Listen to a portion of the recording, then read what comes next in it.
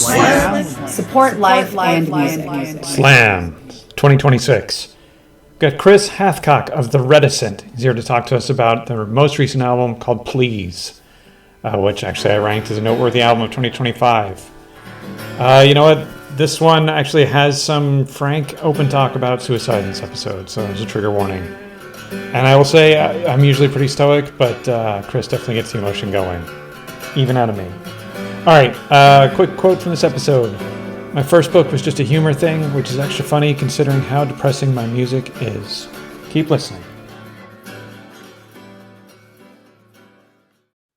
All right, such a drama queen. What's up, everyone? Jack Mangan here from Support Life and Music. We are all about musician mental health and well-being. You also know me. Sometimes I show up at the Metal Voice when they let me in the door, and then Metal Asylum and the Metal Hall of Fame. So I got to look some notes. I gotta look off screen and read my notes. So, but it's true. Like every year, there's a couple albums that just absolutely floor me. For 2025, there's a couple of. Got to call out the Night album, Blood Vulture. There's some excellent ones. What else I got? Outside of metal too, you got Professor Elemental's new one is excellent. But I got to add the Please album from Reticent. Man, so I'll throw some adjectives at you. This album it's just devastating. It's deep. It's rich. It's emotional. It's intelligent. I think it's important, poignant. It's unflinching. It's just brilliant. So enough. That's a lot of compliments I'm throwing at you right away. But our guest is Chris Hathcock from The Reticent. Chris, man, thank you so much for joining us today. Thank you so much for having me and for the very kind adjectives to lob at us. All right. Well, that's it. No more compliments. So the rest of this is just going to be all, yeah. About insults, we'll do. No. I'm kidding. So, like I said, I'm not kidding. I really feel like the Please album is just it's important. I definitely want to get to it, but let's talk a little bit more about you and your background, The Reticent, and and by the way, just in case if you're a cursor, you can curse. So you're fucking Grammy nominated. Tell us about your background a little bit. Well, to touch on that,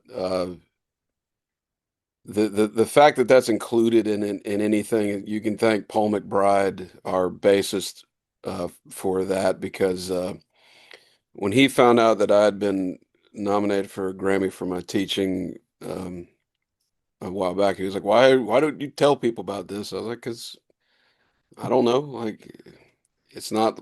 It wasn't for a song or something like that. So I didn't imagine anybody would care." So he was just all up in arms, just like, "Man, you gotta." So, but essentially, my day job is I'm a music educator. I've been a music educator for a long time, and so that's I was nominated for Music Educator of the Year, um, and was a finalist for it. They start out with like 10,000 different music teachers, and it gets whittled down and whittled down and whittled down. And so I mean, it was an honor to me to have gotten as far as that did. And it's something that my students nominated me for. Like I didn't do anything. Um, and But yeah, my entire life revolves around music. That is how I make my living. I write music, I produce it, I record it, I teach.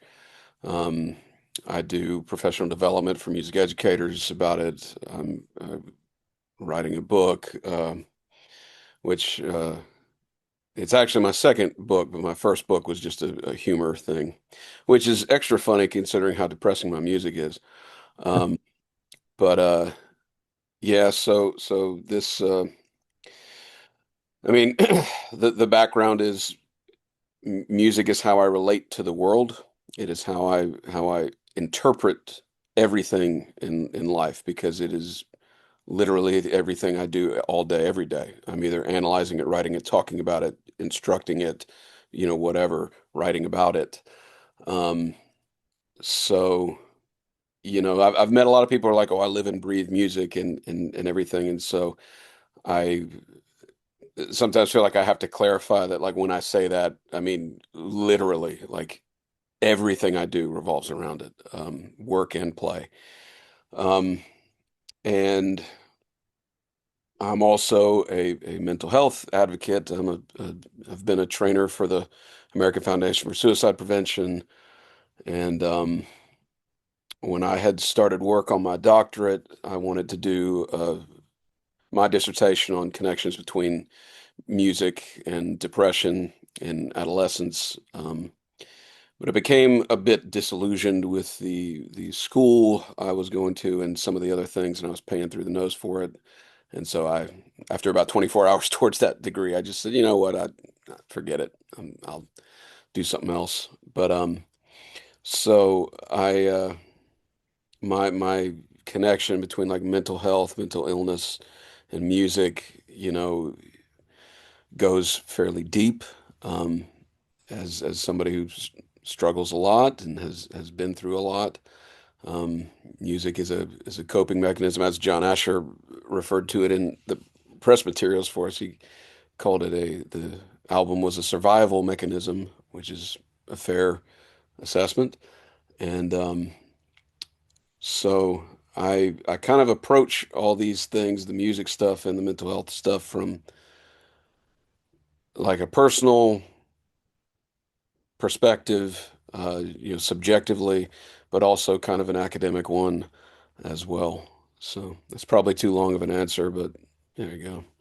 No, that was an amazing answer. Yeah, we need to talk offline when we're not doing an episode here because I think we're traveling in the same circles, and it's interesting that these circles are it's such a dire need. There's so many of us in the music world, so many people in the music world dealing with are fighting these fights, and there's not a whole lot of resources available. There's not a whole lot of talk about it. And in fact, I'm going to jump right into a question. We're going to talk about the album, by the way. So don't worry. We're going to definitely talk about the album. But it all ties in anyway. I will say that when we started Support Life in Music, a lot of the pushback I was getting was, man, don't talk about that. We don't want to. And even musicians were like, I can't be on that show. Like I can't come on and talk. Like this is not. I can't do that. Like I so there's been so much resistance. So my question now, I'm not talking, I didn't have you on to talk about me. But but have you gotten the same kind of feedback from anyone? Like, man, don't write songs about that stuff. Like, write songs about girls and cars. Like, have you gotten that kind of Yeah, thing? yeah. I mean, even this week, a good friend of mine, just speaking frankly with me, was just like, I feel like the Reticent would be much bigger because the music is so good and you're a great singer and songwriter and all this stuff. If you just if the subject matter wasn't so heavy, um, you'd do better. You'd get more opportunities. You'd do this and the other thing. So I mean, I've had the professional talk of you shouldn't sing about these things. Um, on my social media, I am excessively open about my struggles. Not as open as to say that I'll tell you everything I'm thinking. Um, but I mean, I don't hide any of it because I don't think, you can come home and say, man, I've got a splitting headache. You can come home and say, I've got a cold or, this like anything else. But if you are having a mental health struggle, for some reason that should not be expressed. That should not be talked about or anything. And I just object to that in every way, shape, or form. And, it's a choice I made to just sort of say, you know what, I'm going to be open about this and, you know, put it out there. And I've been mocked for it. Um, Back in the early days of when I started getting serious about this, because I released a bunch of albums way back in the day, but this was like a side project. And when it became my main focus in the 20 teens, um, I remember us playing shows and we'd had these suicide awareness things and everything. I mean, there people would be laughing, like, calling me a sad boy, this, that, and the other thing. That's fine. Um, I'm not gonna buckle or bend.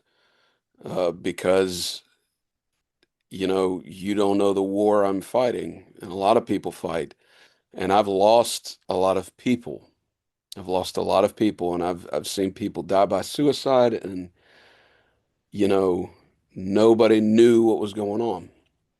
And so I think that there should not be a stigma against saying how you feel, and talking about these kinds of things and saying unpleasant things. Man, I don't think I want to live anymore, something like that. There are times where saying those words can help dissuade you from doing the action because it's an expression of this condition you're in. And this, you shouldn't talk about that, or and we've turned depression into colloquialisms. We're like, oh man, I'm so depressed, my girlfriend left me.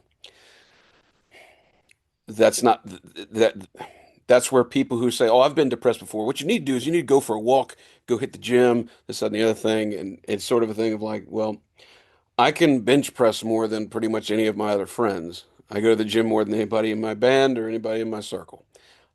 Still struggle. And I go for 2 hours at a time. Oh, you shouldn't do this. Well, I only drink water, and I do this and I do that, and I don't drink alcohol. I do no drugs at all. I, see the doctor. I take the medication. I've done the therapy. I've done this. I read the books, all these kinds of things. Um, I mean, just a few weeks ago, I mean, I had somebody who was saying like, I put up some just short, I don't know, sad statement. And they're like, you just want pity. You need to do the necessary work. And it's just sort of, this is a person who's never met me. This is a person who doesn't know me. But I mean, it's a constant thing.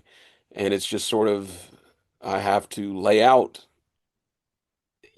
I can quote you sections from Dr. K. Redfield Jameson's books, either Night Falls Fast or The Unquiet Mind. Um, I can cite you passages from The Noonday Demon. I mean, it's all sorts of literature about this kind of stuff. Where, and what are the most common cognitive behavioral therapy practices? This, that, and the other thing. Um, the frustrating part for people that don't get it is that they don't have a frame of reference. I've been sad and then something cheered me up. I've been angry and then I calmed down. I've been X and then Y happened and then I was at position Z. So the notion of you've got all this stuff going for you, or why are you so sad? That's why I wrote the song The Scorn. That why are you always so sad? That's not, I didn't have to come up with that lyric. That's something been said to me. And I've had oh, you're just such a drama queen and all this kind of stuff. You just want attention. You just want this. And it's just sort of, well, I mean, if you can't understand it, the way I've described depression before is just being inoculated against joy. The anhedonia, is a real thing, but you you eat the food you like and it's just tasteless. And you sleep and you wake up and it's as if you might as well have not done it. And you watch the movie that's your favorite thing and you just feel like this is pointless. This is, everything kind of gets taken away. Everything is painted gray. Um, it's not, depression in particular is not sadness. It's hollowness. It's empty. It's flat. It's colorless. It's not, sobbing in the bathroom with the shower on, like a la some movie. Oh, why did she leave? Like that's not it. That's somebody who is very sad, and that's a real thing. I'm not mocking that, Sure. but it's a depression looks like you come home from work, you don't even turn the lights on, you just lay in the bed, you're just staring at the fan, and you're just having endless arguments with yourself about whether or not you should keep living or not. And same with like a panic attacks. People say, "Oh my God, I had a panic attack earlier today. I couldn't find my shoes and my mom was coming." And it's just sort of like, well, Okay, I know we're being hyperbolic and all that stuff, but that's what I mean. Words like depression and panic attack and things like that, they've entered the lexicon as just colloquialisms. So now if we say that, we use whatever we associate with that, and that's where the disconnect happens. I don't blame the people, even the guy who like went off on me about like he got so mad at me, he like blocked me on social media because, he's like, "Oh, you just want pity or whatever." And it was just long story, but it was a thing of I don't blame people who don't understand for not understanding because how could you? I lost my father a couple years ago. It's still haunting me. It's the worst pain I've had to go through emotionally because that was the person I was closest to in the world. I could not have braced myself for that. And I've lost people before. I've seen people die in front of me. But him going, I could not brace. I can't conceive of that because I've never been through it. So people who don't understand what the you think you're going to die feeling is when you have a panic attack, or what that there's 0 point, it's never going to get better feeling in depression, or how suicidal thoughts can be a comfort to somebody because they're not thinking about, I want to die. It's, I want to stop hurting. It's a completely different mode of thinking. And unless you've experienced it, it's very hard to conceive of it. And so I don't hate people who don't understand. I'm not angry with them. They can get under my skin, but that's kind of, as you could tell by how animated I am about it, it's it's something that is paid a lot of lip service. Hashtag mental health matters, all that stuff. I'd rather read your crying thoughts than your obituary or whatever, these things that I've seen people say. And then the same people are just like, "Oh man, come on, just cheer it." Like it's a we've gotten to the point where we at least acknowledge this needs to be kind of addressed. We are not at the point where we're actually taking that seriously, and mental health, I mean, that's a luxury in this country. You think about it, because where are you supposed to go for the free help, or for the, you know, something standard, or anything like that? You know, where is the urgent care kind of affordability place where, you know, I'm in danger, and we bring up the suicide hotline or this, that, and the other thing, all these things, and they're great people who do them, and their facilities and everything, but most of their primary objective is keep you alive. They're not gonna the person at the suicide hotline is not going to help you sort out your problems. Their job is to keep you alive. And they're directed, if they believe you're truly in danger, to contact authorities. So they will try to figure out where you are to try to save you. I don't blame them for that. But my point is, it's just sort of we've got stuff to try to help people at the very end of this road, but all this stuff over here, there's not a lot. Socially, don't talk about it, don't look at it. You're weak, you're this, you're that, like all sorts of things like that. Um, and I don't know, I'm at the point where I don't give a shit. Uh, I mean, I don't really have much else to lose. Like I'm a divorced guy who lives alone. All my friends live far away or are dead. Most of my family is dead. Um, I make underground music that not a lot of people listen to. Like, I don't have anything to lose. What are you going to take away from me? I guess, my job, but I do my job well, so they can't fire me because I'm sad, you know? Hmm. So I'm just going to be very forthright, for better or for worse. Yeah. Man, you said about 50 things there that I really attached to as you're saying them. So I can't highlight all of them. We'll be here until sunrise. Let me just say first and foremost, I'm glad you're here. I'm your fans and your students. I'm glad you're here, man. And but I love what you said about differentiating between depression and sadness because they are basically the same thing to 99% of the population. And so I think it's important. And again, I'm also going to repeat what you said.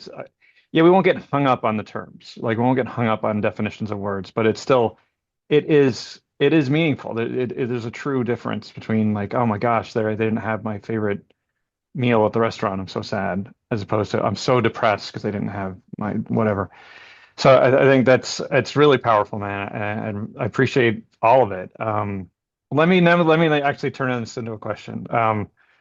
Let's talk about some of the positive responses you've gotten from people who do connect, who do get it. Like, talk to me about some of the things people have said to you that are encouraging. Oh, I mean, we've gotten a lot, um, and people are have been, largely very generous. Um, I mean, even reviews that like don't like it, they're like, oh, the interludes took me completely out of it, but still the message or the this or the songs or this or what, like, so I mean, even the negative things are still kind of positive. Um, but what's touched me is the people that have said things like, man, this album broke me. This album touched me. There are a lot of people that said it felt like somebody held up a mirror to my life, and you were describing what I've gone through like eerily accurately. I think that's like Heavy Debriefings and Rhyme Signatures and some of these other places. They were very confessional and just like this, almost to like an uncomfortable degree. This made me feel like this felt like he, was there with me through this. And there are some other people who just talked about how close to home it hit. And um, not that I'm glad people can relate to the kinds of pain I'm talking about per se. I wanted to write music that I felt wasn't there for me. I'm not saying there's probably better music than what I've just wrote about these topics, but you take a song like The Chance, I've not heard songs that look at suicidal ideation from the perspective of the person doing it that isn't some mournful, depressive, suicidal black metal kind of just, oh, I will just watch the blood drain from my body and it's all gothic and drama, and that's cool and that's fine. I like a lot of that stuff. Good God. But that was my point is like there wasn't a somebody looking at it like, man, it can finally stop. It can finally end. Like the suicidal person when they made that decision, they're hopeful. That's for many of that's the first time they felt hope is because they realized this isn't going to last forever. There's an end to this. And I can't explain to somebody who's never been there why being on the brink of ending my life has allowed me to keep going more than once because you can't relate to it. But what's nice is how many people have talked about that song, The Chance, and just, man, that hit me. I know exactly what that was. I knew exactly how that felt. Um, and that's the principal thing I wanted to do is to write music for people that also go through these things. People who can't sleep, people who have to hide it, people who get told get over it, people who have the panic attacks, people who feel that depression. Um, and I wanted it on the flip side to also be educational for people. Um, and I wanted to also make something that for the people that don't understand. And there are a lot that miss it. Um, but like I got a message, gosh, a couple days ago, maybe last week. I guess it had to have been last week. Um, from this guy who is another educator. He's a school administrator for a school system somewhere up north, and he said he was really really moved by the album, and he thanked me for it. And he explained. He said, "I don't have depression. I've never had it. I've never been suicidal. I don't have anxiety. I don't have any of this." He said, "I know people who have." But he said this helped me better understand it than anything else I've done, because you came at it from all these different angles, and I could, he said he phrased it really beautifully. I told him, I said, I want to screenshot this and quote it. He gave me permission, but of course I didn't bring it. But it was like I listened to the album and I went from sympathy to empathy, and then by the end of the album I went from empathy to compassion. And that to me, and that's probably one out of every 1,000 people that are gonna listen to it and not understand what I'm talking about. But that's a hell of a thing. That's a hell of a thing to say to somebody, and that's what I would hope for. It feels like the people that have been through it, they recognize the honesty in it immediately, and they see themselves in it, which is exactly what I wanted. And if there are some people who are like, I've never experienced this stuff before, but they go into it with an open mind and kind of just let it go where it's going to go, they can kind of see what I see, feel what I feel a little bit. And it's not that they now experience it, but now there's perhaps that, like as he said, that empathy or compassion that might not have been there before. Before it was just sympathy. I feel bad for you, but now maybe I can understand. So those kind of responses, I mean, like I could give a crap about the people, like one or two publications gave it like a 10 out of 10, and then this other one gave it a 4 out of 10.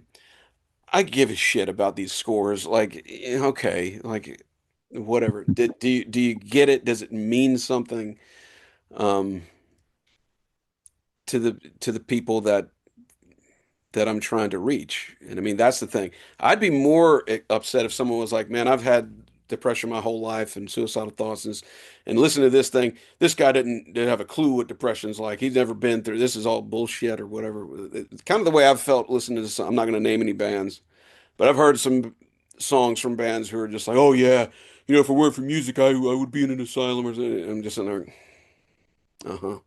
Because this music totally doesn't sound like you're just describing what you think it is, because that is nothing like my experience or anybody that I know.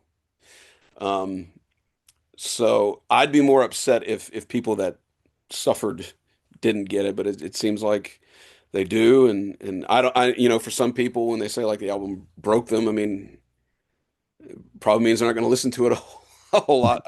I'm sure my bandmates wish that I would write some of that catchy shit so that we could actually get like millions of streams, because most people listen to a Reticent album it's like a documentary. You listen to it one time, and then you go talk about it. But to go listen to it again, you gotta like, okay, all right, we gotta get in the zone. Like I heard that for my last album, The Oubliette, which is about Alzheimer's disease. Another great topic for a chart topper, but something nobody talks about. And Mhm. I was on this podcast once, they were interviewing me, and this guy said, I don't want to offend you, but that was the greatest album that I will never listen to again.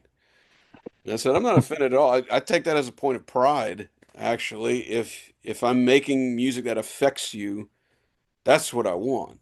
And I know that's why, like, big record labels will always pass on me because I don't I'm not playing into the metrics, but I want to affect people. And so far, it's only been like 2.5 weeks, I guess, since Please came out, but um, it seems like people are connecting with at least the people I was hoping to connect with. So yeah.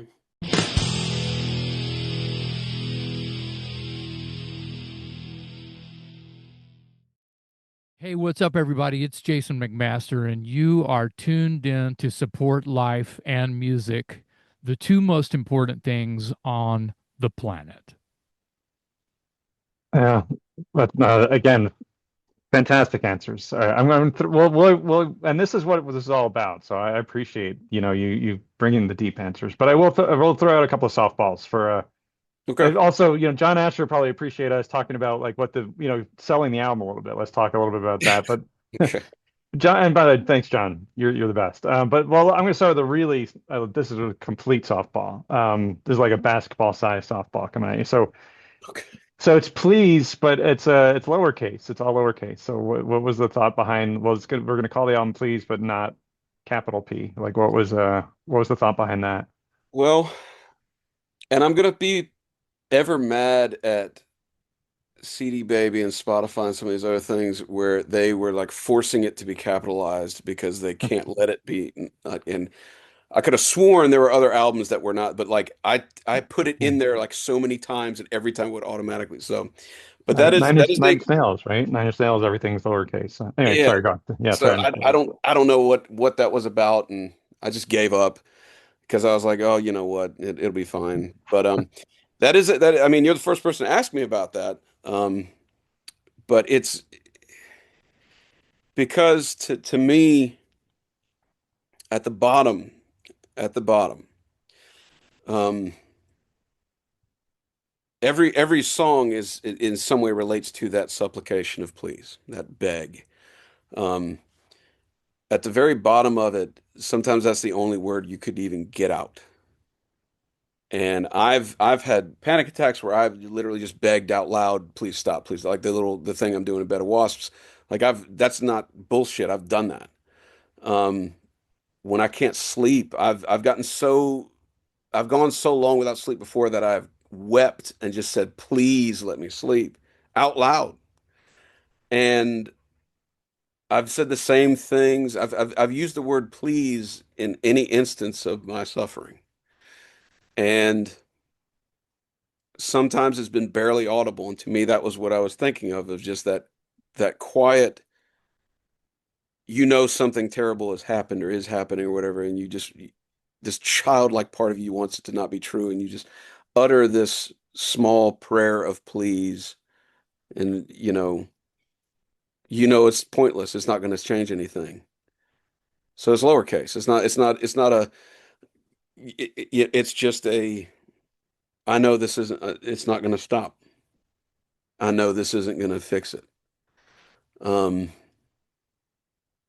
And to me, that's why I insisted, and I did tell John in the press release. I that was a note I gave him one time. I said, "Please is lowercase. Every time please is mentioned, it's got to be lowercase." And he was like, "Really? All right." Um, I don't think I explained to anybody. I don't even think I explained to the band or Jamie King or anybody. Like I just said, it's lowercase, and everyone just all right. They might have thought, oh, it's like a stylistic thing, but it's to represent that. How could I write it so that it almost seems like I'm whispering it? That's the only thing I could think of. Well, and whether you're a fan or not, it did remind me of the Nine Inch Nails thing because and that's someone who I feel like at least in the 90s and was very honest about this subject matter Oh too. yeah. I feel like the absolute very very raw honesty there, and also yeah everything lowercase. So it just I saw a parallel there. Mhm. No, no, I dig Nine Inch Nails.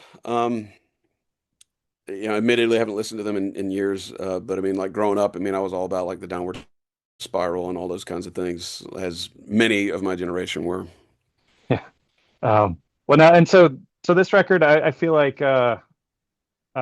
so musically, just if someone just puts it on and isn't really listening to the lyrics, which I guess is hard to miss because right, you got interlude, so there's the spoken stuff, so you're not Yeah, going to miss the theme if you listen to this record. But yeah. just for the straight up music part of it, it's I mean you're probably hearing this a lot, but I mean I definitely hear some Opeth, some Between the Buried and Me. So it's definitely progressive metal. I think that's probably a fair state. I mean, there's other bands I can think of like Haken or Haken. I always get their name. I don't know how they pronounce it, but Mhm. I definitely get that kind of feel. Is that your kind of where you feel comfortable? Is that your wheelhouse? I guess, the funny thing is prog and progressive was something that I was told I was. I I just played. Um, and you know, Michael Ackerfeld's voice and I, like we're in the same register. Um, we've covered Opeth and everything just because like I can sound kind of like him. Um, and people that like our music, like I've always been compared to them, so it's just like, well, just might as well lean into it. I mean, like I had kind of not really listened to Opeth since I guess like Watershed or whatever. Like I just wasn't really my thing, and I went to other things, but like my biggest influence is actually Neurosis. And everyone's always surprised by that because they're like, "Whoa, the music sounds nothing like it." And I'm like, "Yeah, I know. Here's the sad part. There are plenty of times in my music I'm trying to do Neurosis, but on the way there, I just go somewhere else." And that's how it goes. Like, the Nightmare on Oubliette, I wanted to, and Bed of Wasps on this one, I wanted to kind of have this Neurosis rawness, but I kept going in these different directions. And it's not that I wanted to capture their sound, but just the way Neurosis made me feel is what I mean. Um, and that's the thing, like I kind of go into this shut off place when I'm writing because I don't want to like be influenced by the this or the that and hear something. Oh man, that'd be cool. Let me try to do something like that. And I'm not knocking anybody who does that, but I actually take this guitar right here. Every single Reticent song is written on this guitar. Everyone, Bed of Wasps, everyone gets written on this in this room just with an acoustic. And I do it so that I'm not influenced by even like the distortion or this or the other thing. And I'm just trying to capture what does the emotion sound like to me. And so I think bands like Opeth are really good at capturing rich emotion in their music that has so much dynamic to it. And that's why I'll always kind of probably write like that. I'm probably never going to escape the comparisons to Opeth just because that's what it all feels and sounds like to me. At any moment, it could be this pretty acoustic thing, and then we could go into some heavy death metal thing. Hmm. Um, but I also like, I mean, like Hake and like Between the Buried and Me, like I'm not, I'll go into some jazzy thing or some Latin thing or whatever. Like, I don't feel like there's the nice thing about kind of just being this unknown underground musician is like I don't have to do anything because there's not some oh you have to sound like that you need to have these breakdowns you need to have these guitar solos because I think if I have a reputation it's for the emotional content and like the Please was recorded at the same time as the next album that I'm going to put out next year which is about grief and that's called Don't Go. Now, originally it was going to be a double album called Please Don't Go. Hmm. But Please is about my mental health struggles. Don't Go is about losing my father and grief. And two things that are kind of universal. You know, a lot of people have mental health struggles, and everybody's going to lose someone at some point. And whereas Please is guitar driven, Don't Go is piano driven. Okay. And I didn't do that for you know any particular reason other than when I found the sound that spoke to my experience, I was playing the piano. And that's kind of the thing. So I have no doubt that I'm influenced by all these other kinds of things. You know, because I love all those bands you listed off. I love all those bands. Um, but I don't know. I don't. I'm not trying to put any particular moment anywhere. And again, I'd probably be more successful if I did, but I just want to try to capture the emotion. I'm trying to figure out what that might be. And I mean, I'm a jack of all trades and master of none. I can play all the instruments, but I'm not particularly great at any of them. And so with my limited ability, what can I do? And that's where the writing starts and ends, I guess. I'll throw out one more name, and I'm not name dropping like I'm some cool guy, but someone else I've talked to. A lot of things you're saying echo stuff I've talked to in interviews with Dauber Beverly of Oceans of Slumber. When you talk about doing a piano-driven album, that absolutely makes me think of the stuff that he's done. Yeah. Again, they have a couple of songs where, like you said, with Please, like from the Banished Heart especially. I'm like, yeah, that's a masterpiece of a song. It's too much. I can't Yeah. just put it on repeat. It hits me too hard. So. Mhm. So I think we've done a good job of kind of getting people to understand what they're in for. And I like I said, I'm in the club, man. I think like I said, this is one of the albums of the year that has definitely moved me for sure. I'm glad. Uh Yeah, like I said, I feel like I get it on a lot of different levels. And I didn't just start Slam, just didn't start this organization just because I thought it'd be fun. Like I did it because, I feel like, there's nothing more important in the world really than what you're doing, than your mission. So let me ask, this is kind of a question I ask about a lot of our guests, and I think you've already touched on this a little bit. What is your advice? Like if, for anyone who's, I mean, especially musicians, but really anyone who's kind of in a place of despair where they don't really see any reason to go on. What is your what's your advice to people who are there? Well, it's kind of multi-pronged. Um, the first thing I would say is don't keep it inside. That can mean telling somebody you trust. That can mean being stupid like me and telling the whole world. Or you could just write about it. Just write a letter. You don't have to write a poem. You could write a letter. You could just write adjectives, whatever you want. But release the steam valve. Um, I would also say that when the despair hits us, it's real, it's hard, and it also is deceptive. Depression is cyclical and feeds on itself. So as it kind of like I'm terrible because I'm this and I'm this because I'm not like those thought patterns that you'll examine as CBT would call them cognitive distortions, um, just sort of misfires in our thought, but that's where we can kind of stay in that space, and our minds will lie to us. Um, Weirdly enough, the depression may be telling us the truth as it sees it, but it's as it sees it. And we have to also realize that's not gospel. That's not immune from some sort of change in perception. So think back to any time in your life where you just didn't want to die, where you didn't feel utter despair. Statistically, there's been some point where it didn't have the total grip. Maybe it was for 15 minutes. Maybe it was for a whole day. Maybe it was a week. Maybe it was a summer. Maybe it was whatever. So statistically, we don't know that that feeling's never coming back. We don't know it.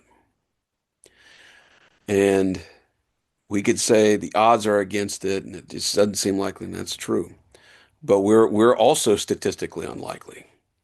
Statistically, we shouldn't exist at all. Shouldn't be here.